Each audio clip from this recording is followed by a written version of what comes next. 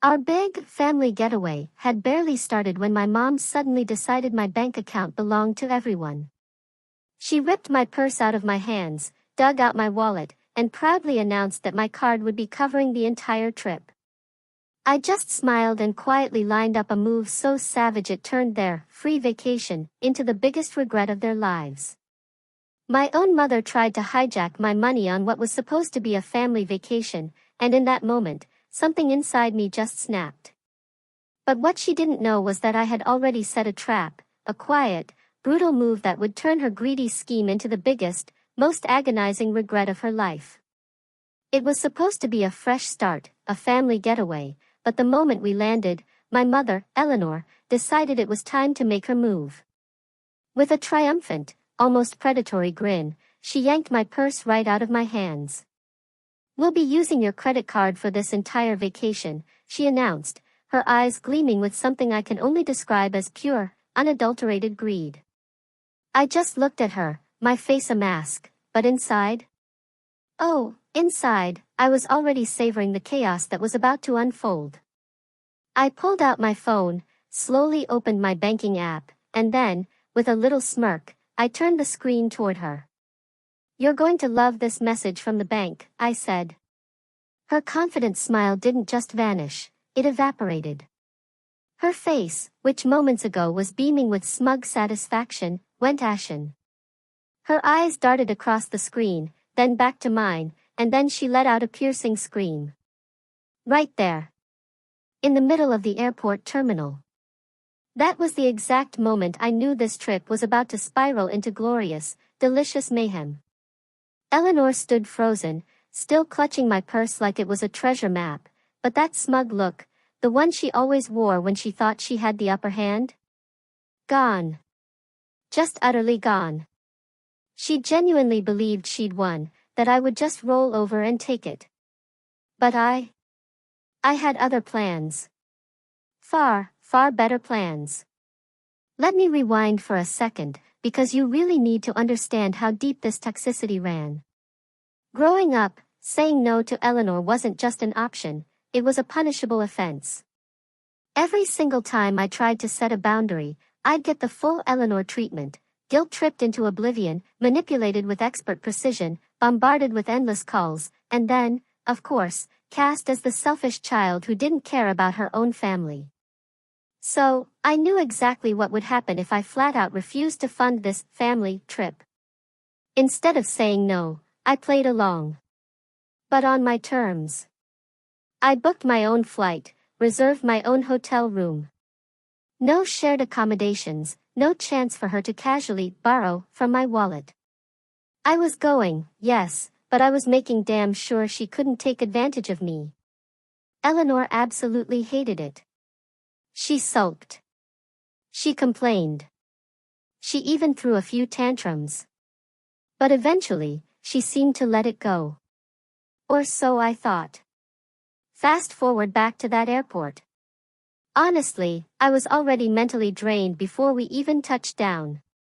The entire flight had been spent bracing myself for whatever stunt Eleanor was about to pull. And sure enough, the moment we reached baggage claim, she struck. Without a shred of hesitation, she snatched my purse. "We'll be using your credit card for this trip," she declared, absolutely brimming with that familiar, sickening confidence. I didn't even blink.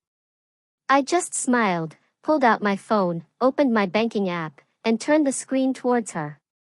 She read the message. Then she reread it. And then, well, you know what happened next. She screamed. See, this wasn't some spur-of-the-moment decision. I had been preparing for this, for Eleanor, for a long, long time. I learned ages ago that she would go to truly insane lengths to get what she wanted. But this time, I was ready. A week before the trip, I called my bank. I laid it all out. The financial control, the manipulation, the countless times she'd tried to get her hands on my money. The bank representative? They were incredibly understanding, which, honestly, felt good. But more importantly, they were incredibly helpful. Together, We set up some serious security measures. My card was locked to my exact location. Any transactions outside of my immediate area would be flagged and automatically declined unless I manually approved them through my app. And as an extra, deeply satisfying layer of petty protection, I set my daily spending limit to exactly $1. Eleanor's grip around my purse tightened, her knuckles turning bone white. "What did you do?" she hissed, her voice dripping with pure venom. I just shrugged, feigning the most innocent expression I could muster. "Bank security," I said. They thought it was suspicious that large transactions were suddenly coming from a place I hadn't even arrived at yet. Her face twisted with unadulterated fury. "Fix it. Now." But Eleanor, my mother, she was never one to accept defeat. I could practically see the gears turning in her head, already plotting her next move. I checked into my hotel feeling utterly, deliciously victorious. My room was on a completely different floor from hers and Robert's. A purely strategic decision. I needed space. A barrier. But the very next morning, the real nightmare, for them, that is, began. I woke up to pounding at my door. Not just knocking, but full-on, aggressive pounding, like someone was trying to break it down. Groaning, I dragged myself out of bed and peered through the peephole. Eleanor. And she was absolutely, spectacularly furious. Before I could even process it, she started screaming through the door, "Alex, open this door right now. We need to talk." I sighed, seriously debating just pretending I wasn't there. But I knew her. Ignoring her would only escalate things. So, I cracked the door open an inch, keeping the security chain firmly in place. "What?" I asked, my voice completely flat. She shoved a crumpled piece of paper through the gap. "The front desk says our card was declined. We can't check into our room." "Fix it." I just stared at her blankly. "You didn't prepay?" She scoffed. "Why would we? We were planning to use your card, obviously." I wanted to burst out laughing. I wanted to laugh until I cried, until my stomach hurt. Instead, I just handed the paper back. "Sounds like a you problem," I said. She slammed her fist against the doorframe. "You think this is funny? Where are we supposed to sleep?" I just shrugged. "Maybe you should have brought your own money." That's when she completely lost it. Screaming, throwing every accusation she could think of. Saying I'd abandoned my family, humiliated her, ruined the entire trip. And then a thought hit me, like a cold splash of water.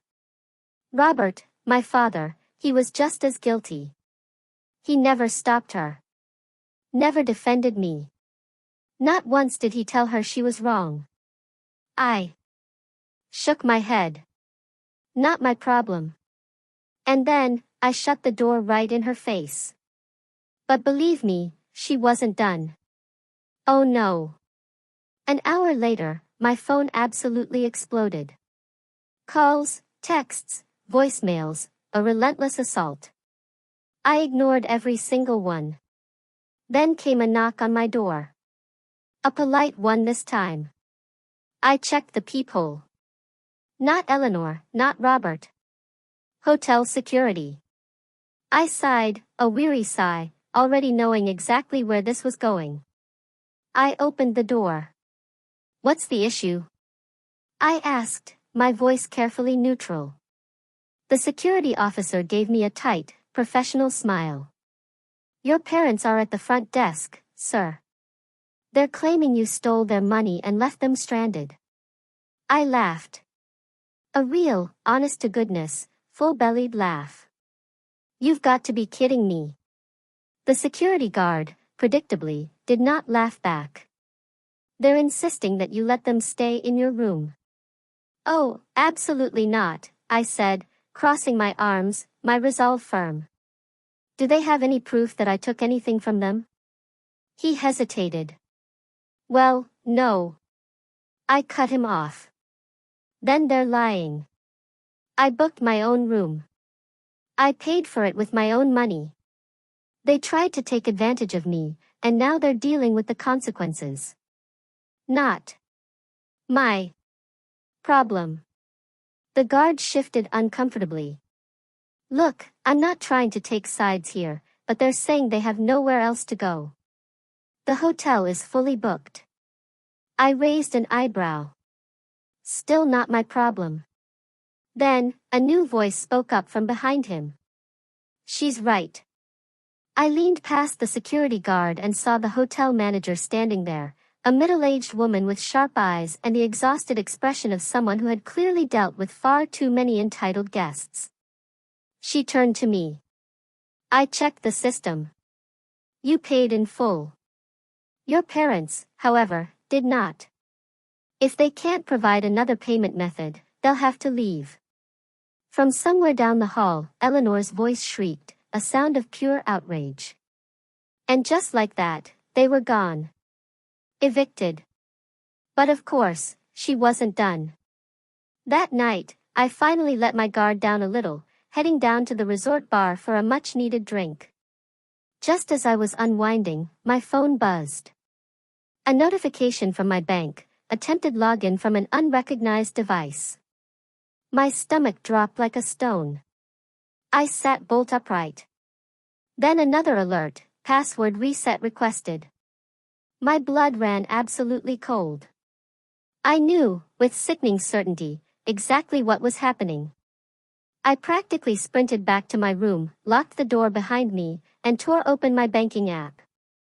Sure enough, someone, I wonder who, had just tried to reset my password. I acted fast. New password. Two-factor authentication. Security alerts cranked up to the highest possible level. Then I did something I should have done a long time ago. I called my bank and put a full fraud alert on my account. And then, feeling a cold satisfaction, I sent Eleanor a text, "Nice try. Hope you enjoy the rest of your trip." No response. But the very next morning, my dad, Robert, called. "Eleanor says you locked her out of the bank." I just smiled to myself. "No, Dad, I locked me out of the bank. She just happened to be trying to break in at the time." Silence. Then a defeated sigh. "You know how she is." "Yeah," I said, my voice firm, hard as stone. "And I'm done with it." And that's when I knew it was time for my final move. Believe me, Eleanor didn't take it well. I had spent my entire life on the defensive, constantly letting Eleanor get away with, well, everything. She'd lie, manipulate, even outright steal, always justifying it with that tired refrain, "I'm your mother, and family takes care of each other." But trying to break into my actual bank account? That was a whole new level of low. I was still reeling from that, still trying to process it all, when my phone rang again. It was my brother, Ben. What he told me next. It hit me like a gut punch. Eleanor hadn't just targeted me. She'd done the exact same thing to him. She wasn't satisfied with just my money. She'd gone after her golden child too. A potent, acidic mix of anger and disgust spread through my chest. I was already furious about what she'd tried to do to me, but this was different. Ben was her favorite, the golden child, the one who'd never heard a no from Eleanor. The one who always got everything I didn't. If she was willing to step over him, then she truly had no limits. How much did she take? My voice came out colder, sharper than I expected. On the other end, Ben took a deep, shaky breath. I don't know. I'm still trying to figure it out, but it wasn't a small amount. She was taking little bits here and there, over months. But when I added everything up, he hesitated. How much? I pressed, my patience wearing thin. It's over 1,000. Maybe more. I closed my eyes, my stomach churning. I knew she was manipulative, that she thrived on emotional schemes, that she always had to come out on top. But this was outright theft. I took a deep breath, trying to organize the storm of thoughts in my head. I could go to the police. I could report her for fraud and theft. I could finally make her face the actual consequences of her actions. And a huge, burning part of me really wanted to. Listen, I said, trying to keep my voice steady, we can't just let this go. She stole from us, Ben. This wasn't a one-time thing. She's been doing it for months. We can report her. I have proof.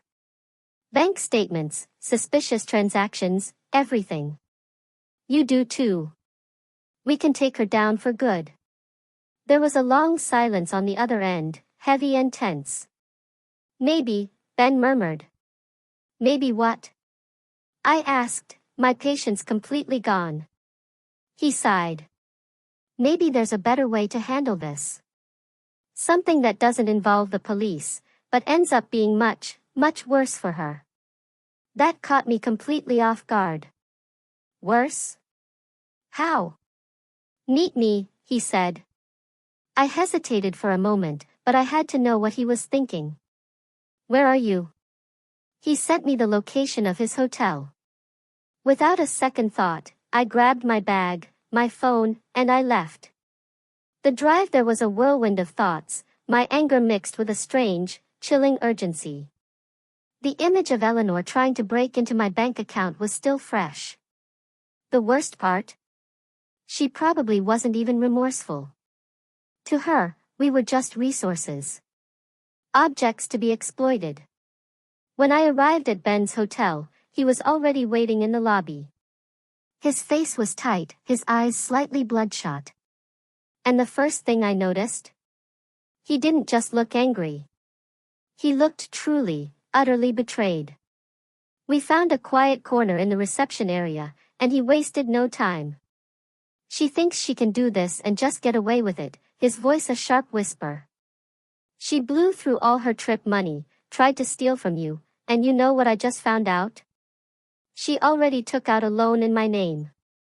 My heart skipped a beat. What? What do you mean? I found it in my online banking. A freaking loan under my name. She must have used some contact at a bank to pull it off. I never got a notification or anything, but it's there. By now, my skin was tingling with pure outrage. That's a scam. Ben let out a bitter laugh. Yeah. And what happens to scammers? The question hung heavy in the air for a few seconds. We report them, I said. Or, he countered, leaning forward, his voice low and serious, we do something worse. I raised an eyebrow. Worse how? She wants to steal from us, he continued. Then what if we do the opposite? You want to steal from her? I asked, suspicious. Not steal, exactly. But take something back. Something that will really hurt her. I said nothing, just waited. She's used to taking advantage of everyone. But this time, we play her game. How? He took a deep breath and glanced around, as if making sure no one was listening. What if we get her to put a house in my name? I blinked, confused. What? Think about it, he said. She's going to need money. A lot of money. She's going to panic when she realizes she can't steal from us anymore. She'll be desperate for a quick fix. If we give her the right idea, she might end up doing it willingly. My brain started working fast. I understood what he was getting at. Eleanor was the type to spiral fast when she felt cornered. She acted impulsively and always made terrible decisions when she was scared of losing control. If we made it seem like her only way out was transferring a property into his name, she might fall for it. I took a deep breath. And how do we make that happen? He smiled. A cold, calculating smile. We need to create a problem bigger than hers. One that makes her think there's only one solution, and that solution is us. A chill ran down my spine. I knew Ben. He had never been manipulated the way I had. He had always been given everything, always been protected. But now that he had been betrayed, he wasn't going to let it slide. I stared at him for a long moment. You think you can pull this off? Make her believe it? He didn't hesitate. She loves me, right? I'm the favorite. He paused, then looked me straight in the eye. She'd trust me before she'd trust anyone else. The plan was risky, oh, it was so risky, but there was something deliciously cruel about it. Eleanor wanted to use us as her personal bank. Now, we were going to do the exact opposite. I took a deep breath, letting the plan take shape in my mind. Then, let's do this. He smirked. I already have a few ideas. I leaned in closer. Tell me. And just like that, the real revenge began. I sat back in the hotel chair, crossing my arms as I studied Ben. He looked calm, but I could see it in his eyes. He was just as furious as I was, maybe even more so. How do we do this? I asked. He smirked. That kind of grin he always had when he was planning something no one expected from him. She's desperate, right? She thinks she has no way out, no money, no way to recover. But we give her a solution. I narrowed my eyes. What kind of solution? He leaned in, lowering his voice. What if she borrowed money from a loan shark? I blinked a few times, not immediately processing what he meant. What? Think about it, he continued.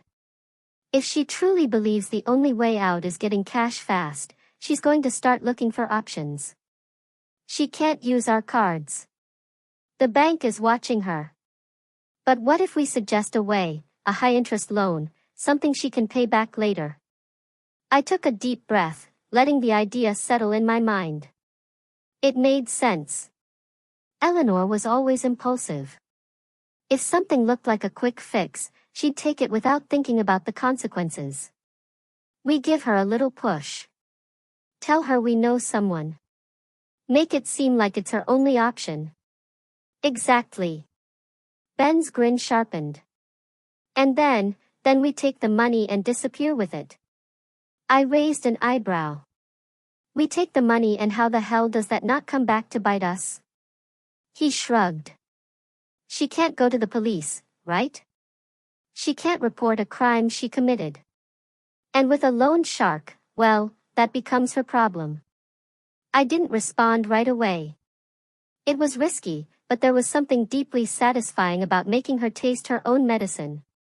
She had stolen from us for years, manipulated us, treated us like walking ATMs. Now she was about to find out what it felt like to be used. I exhaled. All right, how do we make this happen? Ben already had everything planned out. We found a contact through one of his acquaintances, a guy who lent money at absurd interest rates, no questions asked, no paperwork, the kind of person Eleanor would normally avoid if she were thinking clearly. But she wasn't thinking clearly. She was cornered, out of options, desperate to regain control. All we had to do was nudge her in the right direction. The next day, I went to where Eleanor and Robert were staying. Eleanor opened the door with a bitter expression, still resentful over everything that had happened. What do you want? She asked, suspicious. I crossed my arms and sighed. Look, we need to talk. I know things got messy, but I think I found a way to help you. Her eyes lit up for a brief moment before she quickly masked it. Oh, really? You finally realized you need to support your family? I had to bite back a smirk of pure disdain. She actually thought I had come back regretful. I just want to stop this from getting worse. If you can get a good amount of money now, you can turn things around, but banks won't lend you anything, so I know someone who can. She stayed quiet, analyzing my words. What kind of someone? Someone who lends money fast, no paperwork. But the interest is high, so you need to be sure you can pay it back later. She hesitated, biting her lip. I knew she was weighing the risks, but I also knew that in her mind, having money now was far more important than whatever consequences came later. How much? She finally asked. I exchanged a glance with Ben, who pretended to be reluctant. Depends on what you need, but I think 20 grand would help a lot, right? She sucked in a breath. 20,000, it was a lot of money, but to her, it was the perfect solution. And you think you would really lend me that much if I vouch for you? Yes, I said. That was all she needed to hear. 2 days later, she showed up with the money. $20,000 in an envelope. Real bills, dirty, and smelling of pure desperation. She handed the envelope to me with a smug expression. Here it is. But this is a loan. You're paying me back with the agreed interest. Understood? I smiled, gripping the envelope. Of course.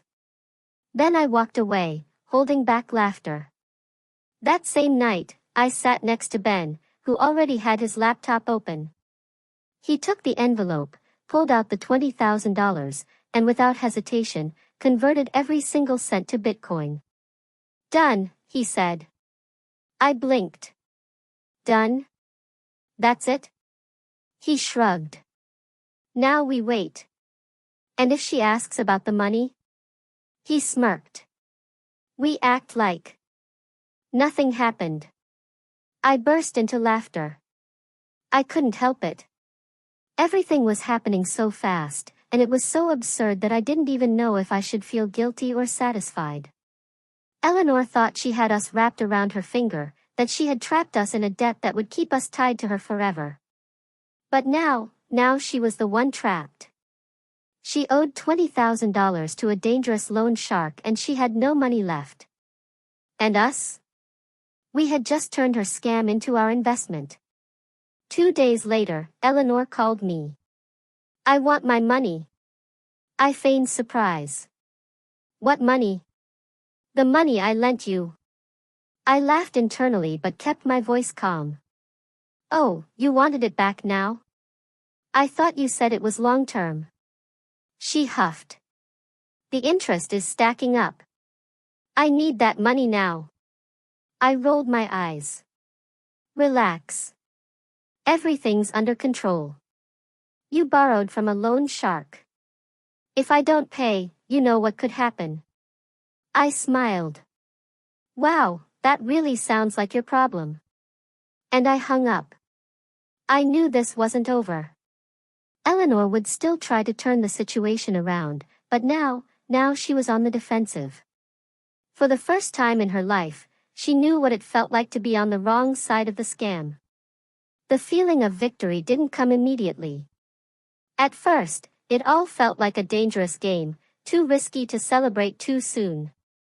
Eleanor had always been unpredictable, always found a way to slip out of consequences. But this time, there was no escape. This time, the problem she created was too big, even for her. And Ben and I, we just waited. Our strategy was simple. We acted as if nothing had happened. Ben and I went on with our lives as usual, giving no indication that we knew the hell she and Robert had gotten themselves into. We never asked about the money. We never brought it up. Eleanor, on the other hand, panicked fast. At first, it was just a series of persistent messages. Then came the phone calls. Then the unannounced visits. At first, she tried to maintain her usual authoritative tone, as if she was still in control.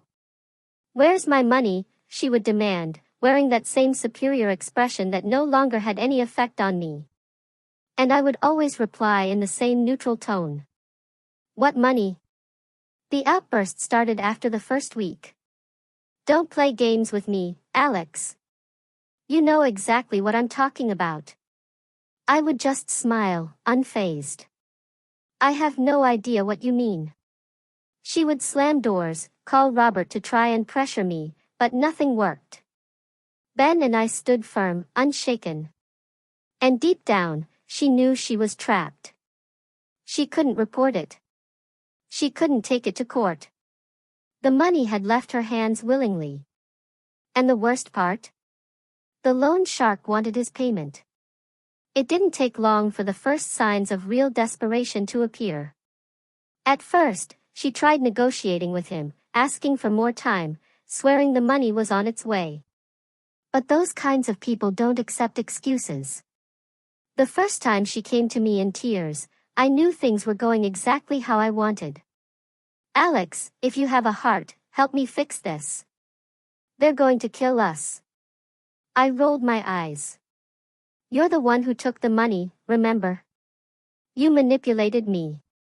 And there it was. The first attempt to pin the blame on me. "I didn't do anything. It was your choice. You and your brother set me up." "Well, maybe you should have been smarter then," I said. She fell silent, just staring at me with a mix of hatred and fear. I had never spoken to her like that before. And in that moment, she realized that I truly didn't care anymore. When they started selling furniture, I knew things were getting serious. Robert said nothing, just avoided eye contact whenever we crossed paths. Ben and I watched from a distance, never interfering. This wasn't our problem. They tried selling the car, but the money wasn't enough. They started selling things inside the house, still not enough. In the end, they had no choice. The house was put up for sale. And that was the exact moment I knew the game was over. They had lost. Eleanor, always so proud, always so used to controlling everyone and everything, was now signing away the house she had lived in for years. All because she tried to pull a scam and failed. And Ben and I, we kept pretending nothing was happening. I remember the last thing Eleanor said to me before they moved into a tiny apartment. She gave me a look filled with pure contempt. "You destroyed our family." I did. I smiled, genuinely amused by the accusation. "No, you did that all by yourself." She just stared at me, speechless. Deep down, she knew it was true, but she would never admit it. After that, they never messed with us again. No requests for money, no emotional blackmail, no attempts to manipulate us, ever again. Nothing. Robert never looked at us the same way again either. He never said a word, but deep down he knew this only happened because he never had the courage to stand up to her. And Eleanor, oh, she never forgave us. Not because we ruined their lives, but because she truly believed I had manipulated Ben. She was convinced he would never have done something like this on his own, that he was always the perfect son, the golden child.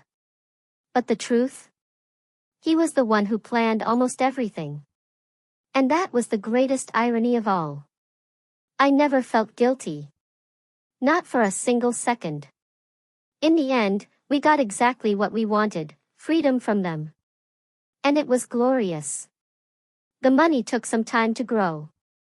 Ben had always been more patient than me when it came to investments, and he knew exactly how to wait for the right moment to act. At first, I didn't really care about what would happen to that money. What truly mattered was that we had one. But one day, months after everything had collapsed for our parents, Ben called me. "We need to go out and celebrate." I raised an eyebrow. "Celebrate what?" He grinned and opened an app on his phone, turning the screen toward me. The amount had doubled. I stared at the numbers, speechless. "No way." He shrugged. "We made the right move at the right time. And now that it's gone up, I figured it was only fair to give you your share." That's when it hit me. He didn't have to give me anything. It was his money after all.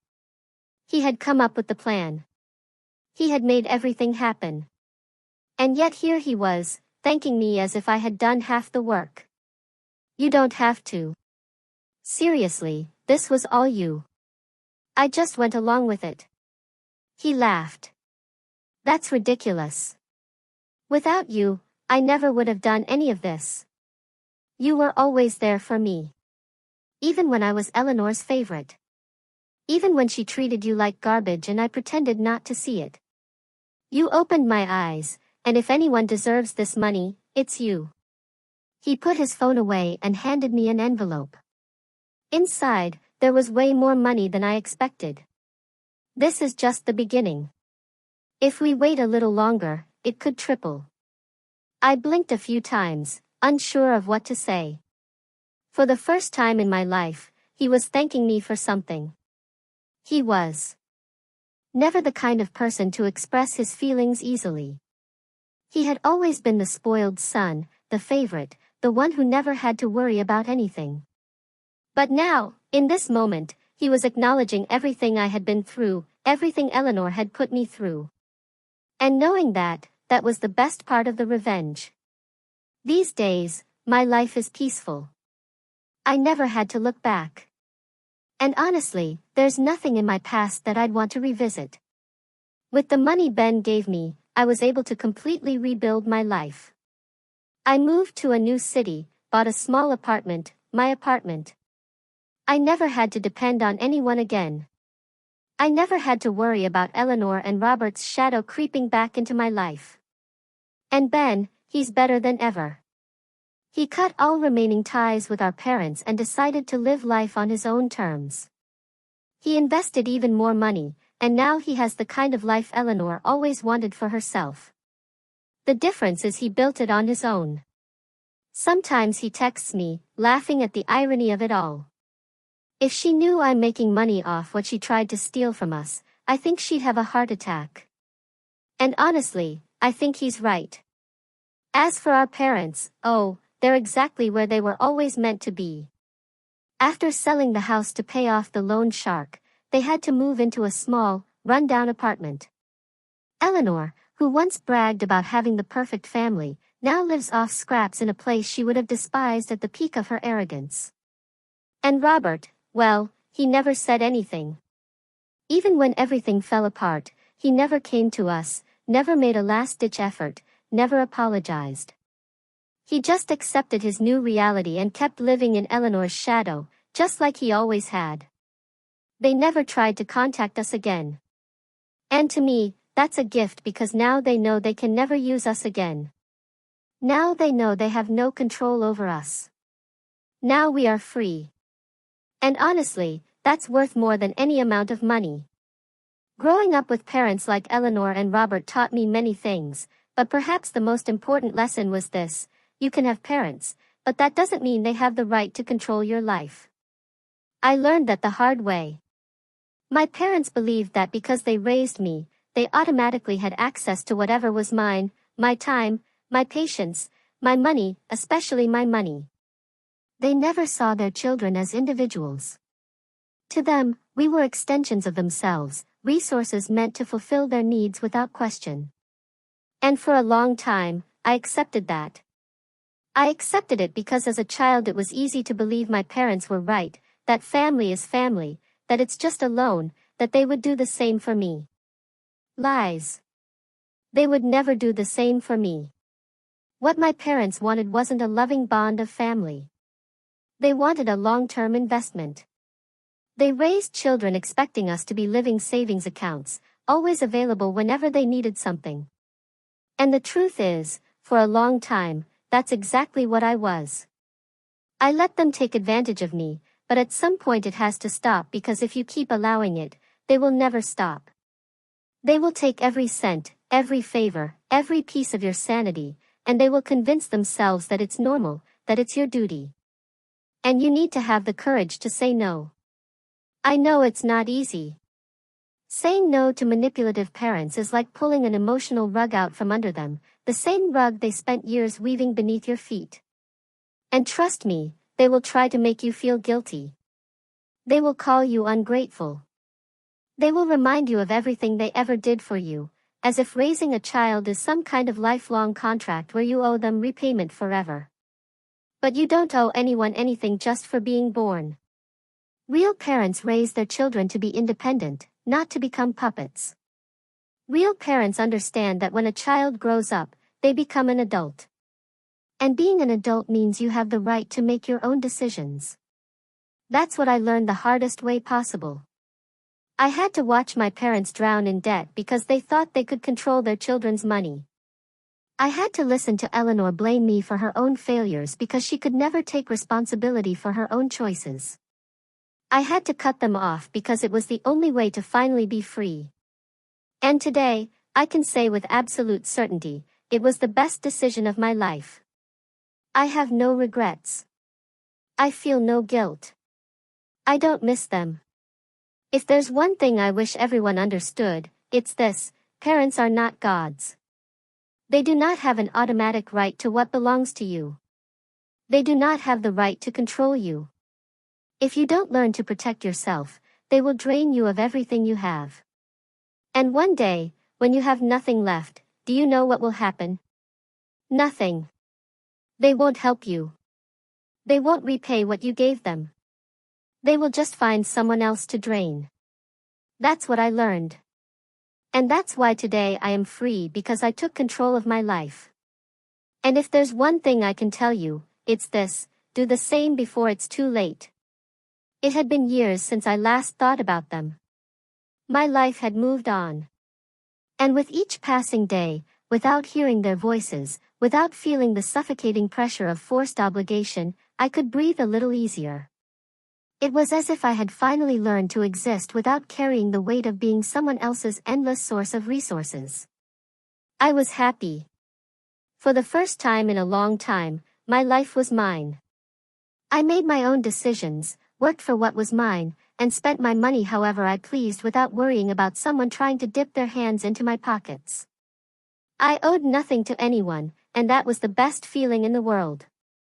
But as always, certain things have a way of coming back to haunt you. I was at a distant cousin's house, one of those relatives who never got involved in anything and whom I still spoke to occasionally. The conversation was flowing casually until he suddenly dropped something, completely unaware of the weight of his words. You know how your parents are, right? They talk about you to everyone. I frowned, confused. Talk about me how? He shrugged casually, grabbing another bite of food like this was just small talk. Like that you abandoned them, that you left them with nothing, humiliated your own family, that you got rich and don't even look their way, stuff like that. I laughed, not out of nervousness, not out of shock. I laughed because it was so predictable. It felt like a joke. And do you believe that? He raised his hands in a defensive gesture. Of course not, but a lot of people do. I took a deep breath. Should I care? Maybe. But I didn't. If there's one thing I've learned over the years, it's that no one wants to hear the truth when the lie is more convenient. They had already picked a side. They had already decided I was the villain in the story. I could explain everything. I could show bank statements, messages, voice recordings, proof of how I was drained dry, how I was treated like a walking ATM. But for what? People like that don't care about the truth. They want a story that makes them feel superior. They want a villain to point at and say, look how cruel he was. Because if they admitted that I was right, that would mean admitting that my parents were the real problem. And no one wants to deal with that. Well, if they'd rather believe that, that's their problem, I shrugged, taking a sip of my drink. My cousin chuckled. You really don't care, do you? And why would I? Because at the end of the day, I was right. I am not financially responsible for anyone. I am not an open wallet. And if there's one thing I did that I'm most proud of, it's refusing to let myself be treated as a never-ending source of money. They could hate me. They could call me a monster. They could twist the story however they wanted to make themselves look like victims. None of that would change the fact that no one has the right to demand someone else's money. They wanted to live at my expense. They wanted me to keep paying for their bad decisions, but I didn't need them anymore. And that was the real reason they hated me. It wasn't about the money. It wasn't about the apartment, the car, or the lifestyle I built for myself. It was because they lost control over me. Because as long as I depended on them, I was a puppet. But when I realized I could stand on my own, when I refused to keep sacrificing myself, when I put an end to their financial manipulation, I became the enemy. But I was at peace with that because I am not obligated to support anyone. And they could throw tantrums, cry, spread lies to whoever would listen. At the end of the day, I'm the only one who controls my money. And I would never let anyone get their hands on it again. Never. Time passed, and while Eleanor and Robert sank deeper into the mess they had created, Ben thrived. He had always been smart, but after everything that happened, he became calculating. He didn't just learn from past mistakes. He fortified himself, so that no one, especially our parents, could ever take advantage of him again. The difference between us was always clear. I wanted freedom. He wanted control. I wanted to cut ties and never look back. He wanted to ensure that he would never have to rely on anyone ever again. And the way he achieved that was simple: Bitcoin. At first, I didn't fully understand his obsession with it. I worked, saved my money the traditional way, bought what I needed, and lived my life in peace. But he studied. He spent hours upon hours tracking charts, learning strategies, understanding the market. He knew that keeping money in traditional banks was a trap, and he wanted something that no one could ever touch, especially our parents. When he first started talking about it, I remember asking half-jokingly, "Okay, but what if one day you need to withdraw that money?" He shrugged and answered without hesitation, "I can do that whenever I want, but no one else can. No bank, no government, no greedy hands, not even our parents." And that was exactly what happened. I didn't keep up with them much anymore, but I knew things weren't going well. The house was long gone. The tiny apartment they lived in now was a far cry from what they once had. And Eleanor, well, she never knew how to handle failure. For her, the blame always had to be placed on someone else, and we had always been her favorite targets. Even after years, the stories about me still circulated. Now, on top of being the ungrateful son who abandoned his parents to fend for themselves, I was also the manipulator who turned my brother against them, because in her mind, he never would have done anything on his own. He was the golden child, the protected one, the son who never said no, until he did. And that was something she could never accept. The thing is, despite all the lies, they still had hope in him. Deep down, Eleanor believed that one day Ben would come back, that if she played her cards right, he would feel guilty and rush to help them. But she had no idea what he had become. My brother didn't exist in the system anymore. He had no bank accounts under his name. He had nothing they could use as leverage to guilt-trip him into doing his part for the family. His money was locked away in places where no one could ever touch it. I found out about this the best way possible. One day, he asked me to meet up. It wasn't unusual, but from the tone of his message, I could tell he had something serious to talk about. We met at a quiet bar, and he got straight to the point. "You know, our parents still try to reach me, right?" I sighed. "I can imagine. What is it this time?" He swirled his drink in the glass, thoughtful. "Same old story. They're struggling. They need help. And guess what? I'm the only son who can still save them." I rolled my eyes. "Of course, they still think you have a regular bank account, don't they?" He smirked. "Exactly. And that's when things got interesting." "How so?" He pulled out his phone and showed me a screenshot of an email. It was from Robert. "Son, I know we've had our differences, but we're going through a really difficult time. Your mother is desperate.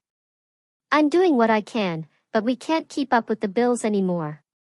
I know you have the means to help us, and deep down, I know you still care. You know we're not perfect, but we're your family. Please help us with anything you can." I raised an eyebrow. Did you reply? He grinned in that way I knew all too well.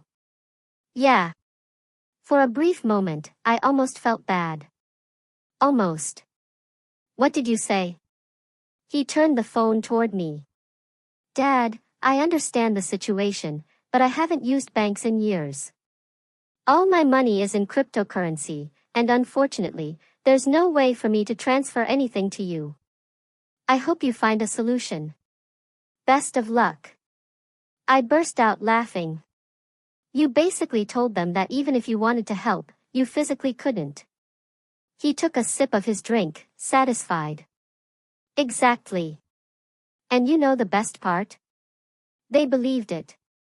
And that was it. The game was over. For the first time in their lives, they were completely powerless. They could scream, they could cry, they could tell anyone who would listen how ungrateful we were. But none of that changed the reality. There was no longer a single cent they could take from us because Ben had no money in banks, because Ben no longer existed in the traditional system, and they couldn't do a damn thing about it. Over the next few days, he got more messages. First, Eleanor tried the emotional approach. Then, when she saw it wasn't working, she moved on to threats. You're going to regret leaving us like this. When you need us, we won't be there. You were never a real son. I read through them and could only laugh at how pathetic she sounded. She never realized that we had made peace with this reality a long time ago. And now they were alone. Robert remained silent. He had never been the one to make decisions, never the one to stand up to anything. He had always just followed the tide, always lived in Eleanor's shadow. If he once believed that Ben could be their backup plan, now he understood that there was no hope left. And Eleanor? Well, the last thing we heard was that they were trying to sell whatever they had left. Maybe they'll figure something out. Maybe they won't. But you know what I find funniest about all of this? If there was one thing Eleanor hated more than anything in life, it was losing control. And now she had nothing left. No money, no power, no influence over us. Ben went on with his life, never having to worry about anyone touching what was his. And me? I finally got the confirmation of what I had known all along, freedom.